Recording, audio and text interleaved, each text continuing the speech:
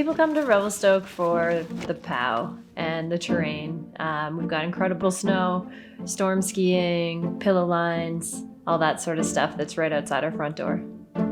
It's cool when you go on these types of trips where over the course of a couple of days, you sort of see everybody's high highs and low lows, and it's pretty telling. You get to know people really quickly, and in a lot of cases, you start to respect things about people that you didn't know they had in them, or maybe the opposite sometimes. But it's a really cool environment to get to know people.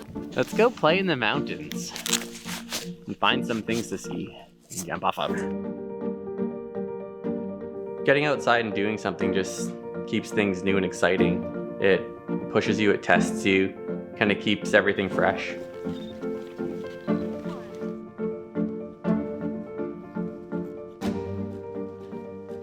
I think so much of what we do on a day-to-day basis is so contrived by us, by humans. When we go out and have these types of adventures, for me, it's almost meditative. You know, it's like one foot in front of the other. And usually the biggest problem that I have is the snow's too deep, or which line am I going to take? And it really helps you to live in that moment and not really worry about the bigger picture issues. Most of the adventures that I go on, we're not really relying on man-made things. We're out in the mountains for the most part, and you have no choice but to connect with nature, because your biggest obstacles are the ones that nature creates for you. You know, for the 10 years that I've been in Revelstoke, seasonally we see different weather patterns. And although that's not an indication of overall climate change on a historical level, we are seeing changes where we can expect to see later snowfall starts and earlier rainfall events in the spring. It's really changing how we can expect to get out and adventure on a yearly basis.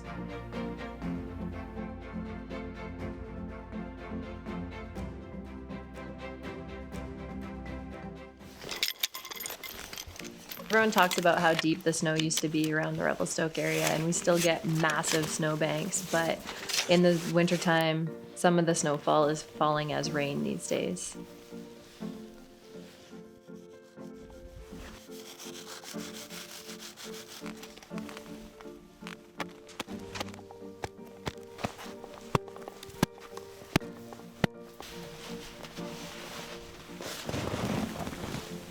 Yeah, so our snowpack right now is actually pretty good, but earlier in the year, actually not too long ago, about a week and a half ago, we had a whole bunch of snow, and then we had a warming event, and it rained all the way up to the peak. We're at I don't even know what we're at here, 6,700 feet right here. Sorry, I'm working in feet. There's about 2 centimeters of rain crust with fairly well consolidated snow underneath it. Stability is pretty good. You had to hit it pretty hard to get it to go. So looks like we got about 60 centimeters of good skiing. When you get out and adventure on a daily basis, you start to see how your actions impact the world around you. You appreciate the wild spaces that you do have, and you appreciate how those spaces affect others. So we're really lucky in Canada that we get to go stand on mountain peaks and look around and see absolutely no civilization whatsoever. I think those moments really help a person to understand that there's more to life than the cities that we've built up, and that nature exists whether we're there or not. So having the accessibility to those sorts of moments in time I think it really helps people to connect with why any of this is important.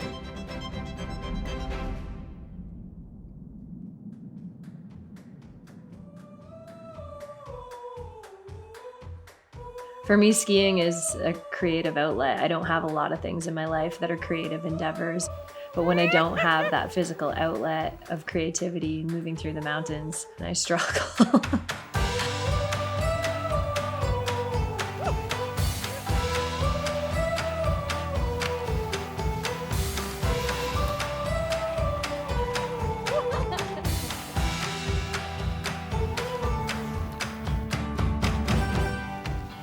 Getting out on adventures like we took helped bring back the idea of simplicity. We don't need as much as we think we need. We can do a lot more with less. Getting out and testing our limits really shows how we can simplify our day-to-day life.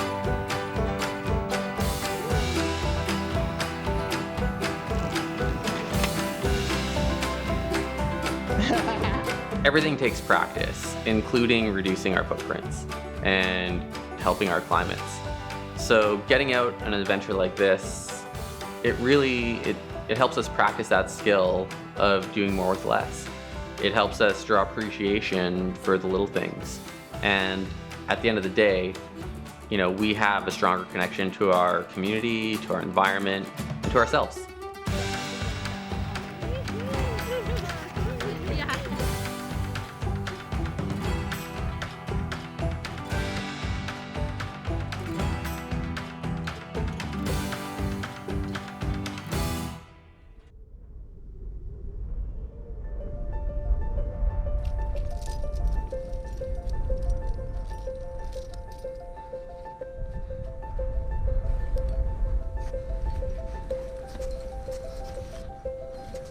Chamonix, c'est la capitale du ski et de l'alpinisme. Du coup, il y a tout un ensemble de personnes qui sont performants à l'année et du coup, c'est unique. On trouve pas ça ailleurs. Ce qui est unique avec Chamonix, c'est qu'on peut faire tout en une seule journée. On peut passer du ski de randonnée à la cascade de glace, à l'alpinisme, à vraiment tous les sports qui sont reliés avec la montagne. Et ce qui est bien aussi, c'est que c'est des montagnes quand même ultra brutes, assez agressives par rapport à d'autres montagnes qu'on pourrait trouver dans les Alpes. Je pense pour moi, ce qui me rend heureux là-haut, c'est repousser mes limites et me faire un peu peur mentalement et physiquement. En prenant un petit peu de danger, j'aime bien ça.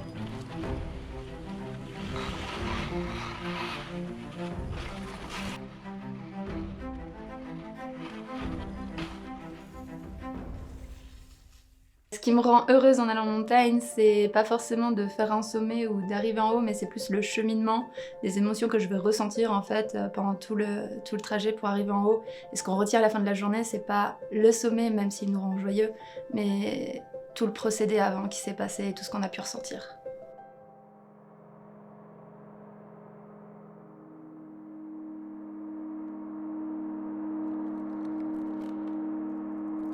En étant dans les montagnes, à Chamonix, ce qu'on peut vraiment observer ces dernières années, c'est la diminution au niveau de la mer de glace, des glaciers très particulièrement sur les dernières décennies et comment ça a fondu.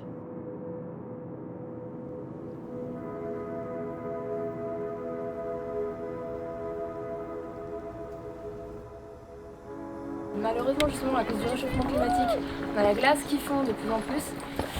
Là, par exemple, c'est le niveau de la mer de glace en 1990. Si vous regardez derrière moi, ça commence à faire pas mal. Donc voilà, c'est assez triste, mais d'un côté, c'est assez intéressant.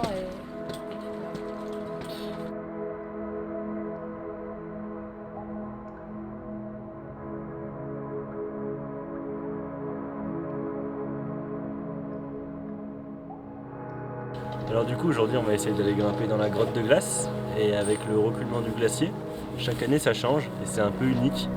Donc du coup, on va voir ce que ça nous donne aujourd'hui. Ce qui est bien dans les grottes de glace, c'est les couleurs. On ne peut pas vraiment parler d'architecture, mais presque. C'est vraiment c'est très raffiné, c'est vraiment bien détaillé à l'intérieur et c'est vraiment très joli au niveau des couleurs. C'est vraiment cool de grimper dans cette grotte de glace parce qu'on est dans le glacier et on est immergé dedans et l'atmosphère qui se dégage du glacier, il y a des couleurs bleues uniques.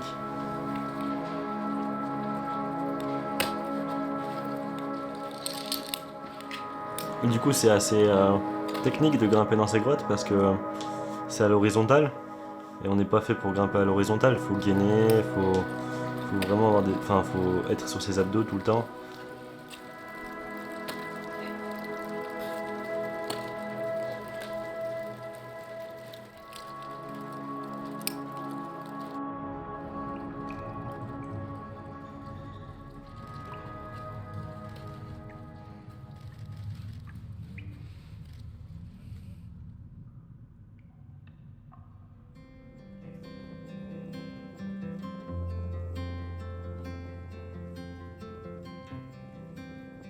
Pas de chèvre, c'est une course classique à Chamonix. C'était un grand classique à l'époque de mon père.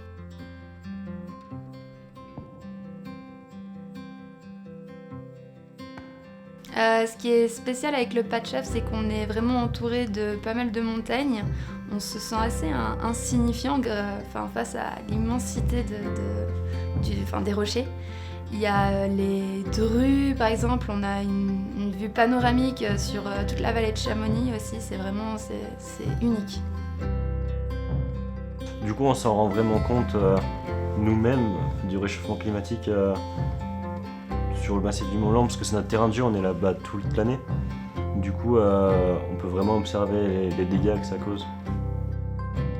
Ce qui est important à expérimenter en montagne, c'est que quand on y est, on est vraiment connecté avec l'environnement, la nature. On constate vraiment de manière plus réaliste les dommages sur un peu notre terrain de jeu. Les impacts du changement climatique et ça nous change un peu d'être constamment sur nos téléphones et les réseaux sociaux et juste un peu voir au-dessus de cela.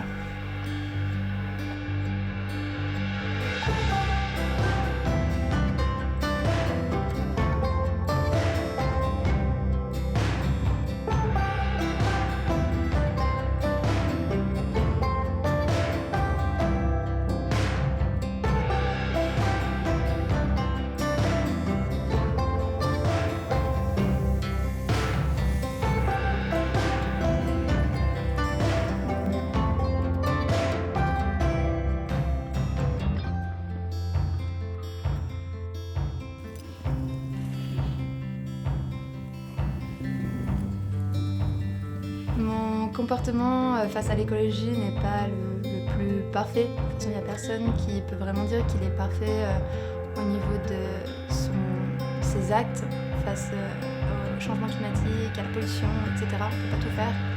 Mais par contre, quand je vais en montagne, que je fais des activités et que j'observe certaines choses qui dégradent énormément ou diminuent, par exemple les glaciers, ça fait prendre conscience que à notre échelle, il faut quand même essayer de faire ce qu'on peut pour éviter ce genre de désagréments dans le futur pour nos enfants, pour nos projets, pour nos montagnes.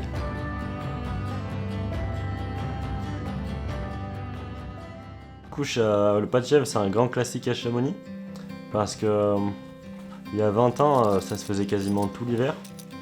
Et maintenant, ça fait 5-6 ans que ça se fait presque plus. À cause du recul de la mer de glace, ça a créé une moraine, un gros tas de cailloux. Du coup, la solution qu'on a trouvée avec Jodie, c'est de descendre en parapente à partir du plateau à la fin du pas de chèvre. On descend en parapente jusqu'à la vallée.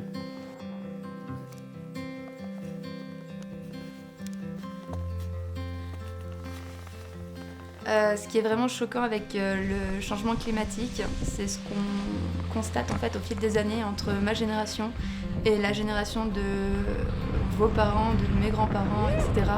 Il y a des choses qu'on ne peut plus faire à cause justement des changements climatiques.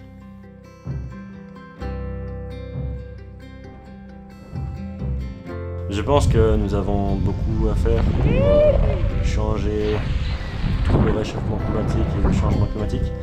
Mais avant tout, je pense que c'est important d'aimer l'environnement pour le changer. C'est d'aimer ce qu'on aime faire en montagne ou d'aimer partager un moment en montagne pour changer nos habitudes.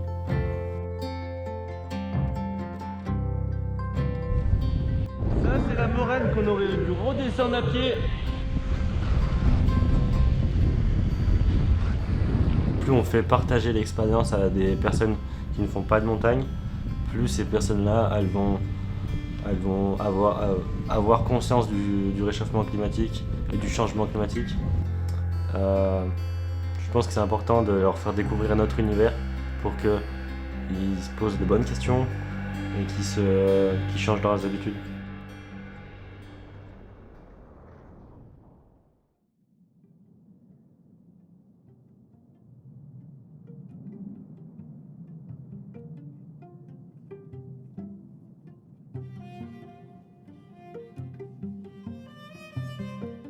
So many things are unique about adventuring in Australian Alps. For me, what stands out is the flatness of the mountains there. This flat alpine plateau that you find in Australia, we quite fondly refer to it as the main range because it is a large alpine plateau opposed to your typical alpine areas, which are ridges or mountaintops. You can really move in that alpine space and exist in it and live in it for a long period. And that's really quite special and quite unique to Australia.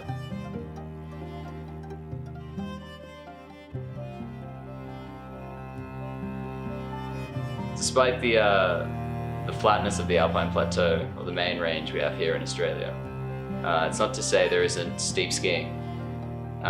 In what's sort of a fortunate or unfortunate state of affairs, the steep skiing is located a good 10 kilometers or so from our resorts. This means that if you're willing and able to ski it, a bit of backcountry, say, administration is required.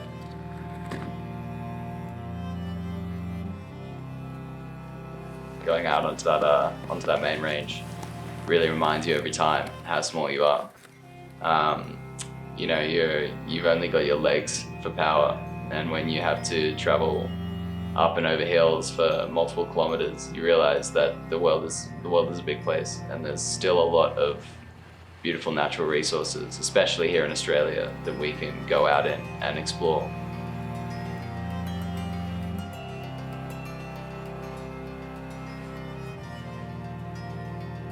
Ski touring through eucalyptus trees is unreal. They're the best tree. They're beautiful. They're each one unique. They're small yet hundreds of years old.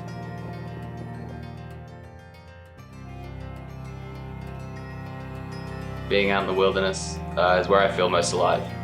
And even when I'm not out adventuring, just the knowledge and knowing that landscape is there and available to me makes me incredibly happy and grateful that I still have this natural playground to explore.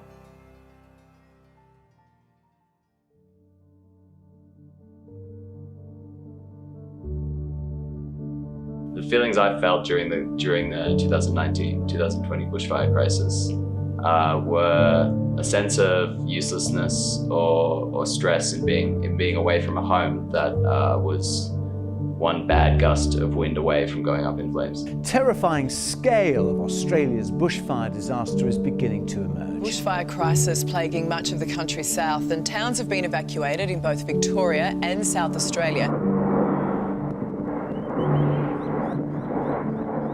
I left Australia in November, just when the bushfire crisis was starting.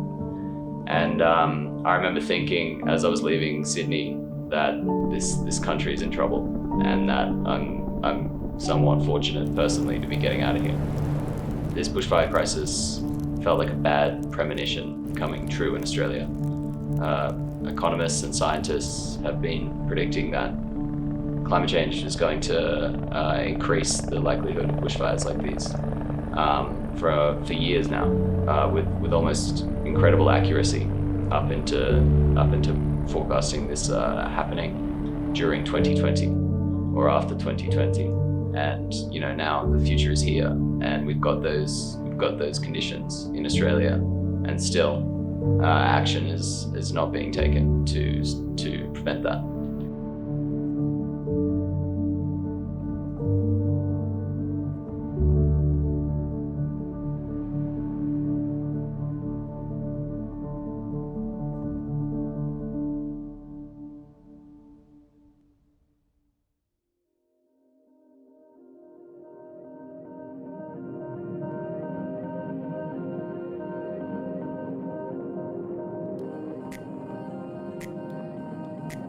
Definitely keen for some breakfast. Do a visit to the toilet. But how good's this? Working as an alpine guide here in the Snowy Mountains gives me the opportunity to take many people out into the wilderness and share with them my passion for this space. For me, going out, adventuring in the outdoors, it instills a sense of connection to the natural world.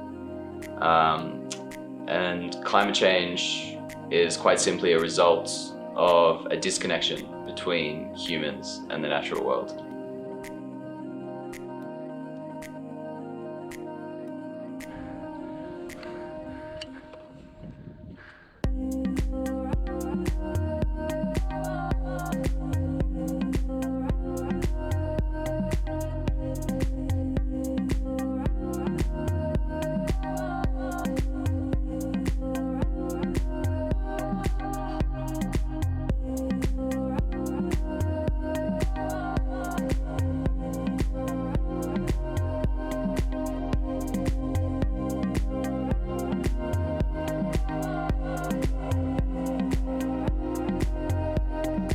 You cannot have a real adventure without the natural world.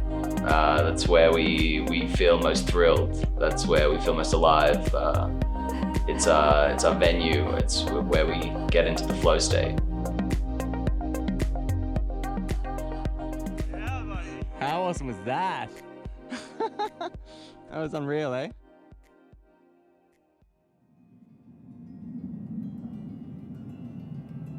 Quite simply, going out into that space and adventuring creates a deep natural motivation to protect the natural world for both our benefit and for the benefit of the other species on this planet.